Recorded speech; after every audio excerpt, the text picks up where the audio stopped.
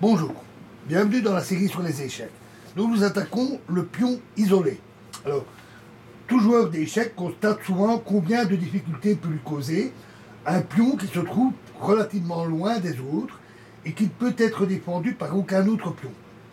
Un tel pion s'appelle isolé, comme il n'est pas possible de le protéger par la couverture la plus simple et la plus économique, un pion voisin. L'adversaire peut, dans un cas favorable, s'en emparer. Dans des cas moins favorables, on peut, par des attaques sur lui, au moins acculer les pièces adverses en défense et obtenir ainsi une supériorité due à la position active de ses propres pièces. Un exemple d'une telle exploitation indirecte de la faiblesse d'un pion adverse est la partie suivante. Elle a été jouée entre Zita et Pacman au championnat CSSR en 1954. C'est un début bird, un peu inhabituel. E3, G6, F4, G7, cavalier F3, D5, fou E2, cavalier F6, roc, roc, D3, B6, dame E1, C5, cavalier D2, fou B7, fou D1, cavalier E5. Alors ça c'est une faute. Nécessaire ici était G3 suivi de E4, bien que ça affaiblisse un peu les rois des blancs. Et cavalier E5 est fauté. Et là, cavalier E8, au contraire, a très bon coup. Maintenant, si les blancs jouaient E4, alors les noirs peuvent prendre le pion. Fou prend E5, F prend E5 et dame prend suivi de dame prend E5. Et le cavalier en G7 remplace le fou dans son rôle défensif. Donc, cavalier D, F3, F6, cavalier G4, cavalier D6, cavalier F2, E5. À nouveau un très bon coup. Ainsi, les noirs ont réussi à devancer les blancs avec cette importante poussée centrale. En tout cas, le coup ici qui est joué suppose de la part des noirs le calcul de la tournure tactique qui va suivre. F prend E5, F prend E5, E4, D prend E4, cavalier prend E4. Alors, impossible est cavalier G5 parce que E prend D3, tout simplement. Cavalier prend D4, E4, pardon. Donc, relisons cela, cavalier G5, parce que E prend D3, et après cavalier E6, c'est dame C6, j'ai oublié un coup, j'ai oublié dame C7 ici, excusez-moi, dame C6, et cavalier prend E4, fou F3, et tour prend F3 avec gain. Alors, cette tournure, visiblement, les blancs, visiblement, sans cette tournure, les blancs auraient eu l'avantage. Ainsi, après cavalier G5, si les noirs jouaient dame E7, ce serait aussi une erreur, car alors cavalier prend E4. Et vu que les noirs restent avec un désagréable pion isolé en E5, les blancs ont un net avantage. Donc, D prend E4, cavalier prend E4,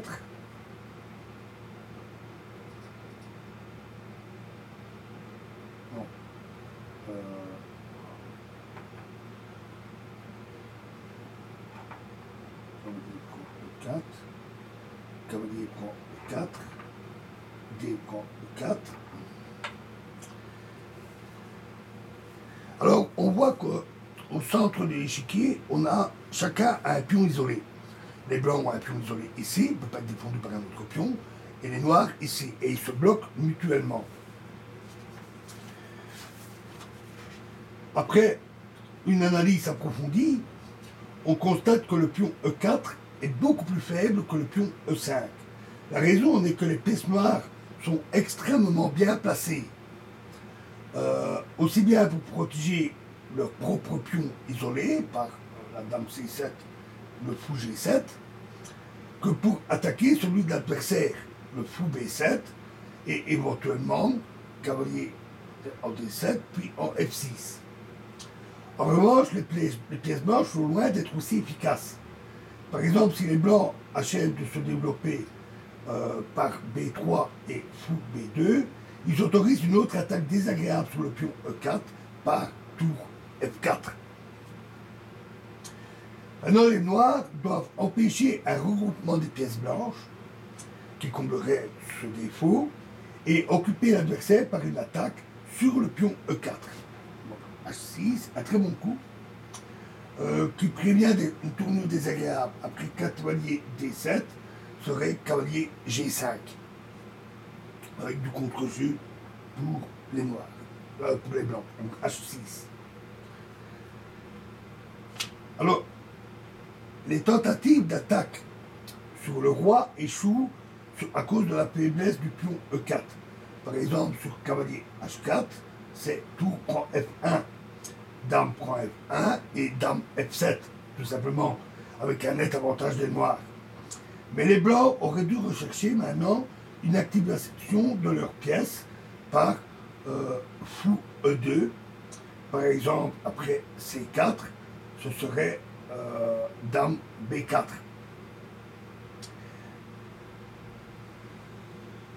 Et maintenant, les noirs peuvent soit alors créer un pion passé par un échange en E4, soit jouer fou A6, suivi de cavalier D7 et cavalier F6. Dans les deux cas, leur tâche serait favorable, mais plus dur que ce qui s'est passé, parce que les blancs jouaient cavalier D2, ce qui est une erreur. Donc, cavalier D7, tour prend F8, tour prend F8, fou F3, cavalier F6, on constate que ce pion continue à être attaqué, cavalier F1, dame F7, un très bon coup, et maintenant qu'il menace, cavalier prend E4,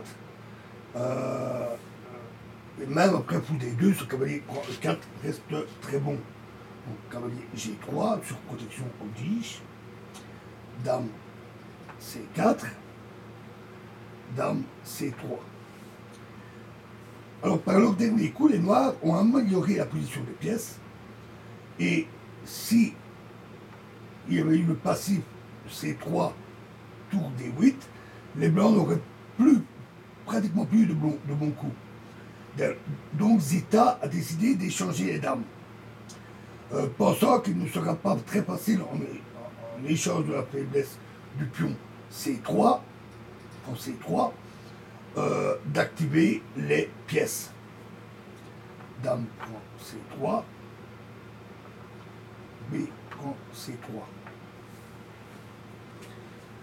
Alors, bien que les pions de les dames des blancs soient éparpillés, on se rend compte après une longue analyse de la position que dans cette phase de la partie, leur faiblesse serait assez difficile à exploiter. Il n'est pas facile d'amener des pièces pour attaquer ces pions. Et par conséquent, le pion E4 doit rester la principale cible. Mais pour l'attaquer efficacement, les noirs doivent d'abord se débarrasser de leur mauvais fou G7. H5, fou G5, cavalier H7. Deux très bons coups après fou E3, fou F6, tour D1, fou G5. Voilà, ainsi la première étape du plan est atteinte. La pression sur le pion E4 oblige les blancs à passer dans une finale très désavantageuse. Fou prend G5, cavalier prend G5. Tour D7, tour F7, tour prend F7, et roi prend F7. Alors ici non plus, les tentatives d'attaque à l'aile dame n'auraient pas mené leur but. C'est en reprenant du cavalier, alors cavalier F1, et après cavalier D6, c'est cavalier D2, et le cavalier blanc arrive à temps sur cavalier B5, alors cavalier B1, et les noirs ne peuvent pas gagner. Et maintenant, ils menacent H4 avec le gain du pion E4, qui ne pourra plus être défendu. Donc, H4, obligé. Cavalier prend F3. À nouveau, un très bon coup. Ce n'était qu'après H4 que cet échange est favorable. Parce qu'il va se présenter maintenant une finale de fou contre le cavalier, où les noirs peuvent, par la poussée G5, se créer un pion passé éloigné. Ici apparaît une bonne valorisation indirecte de la faiblesse en E4. Sa défense a obligé les blancs à une mauvaise position de leur pièce et finalement à la poussée H4.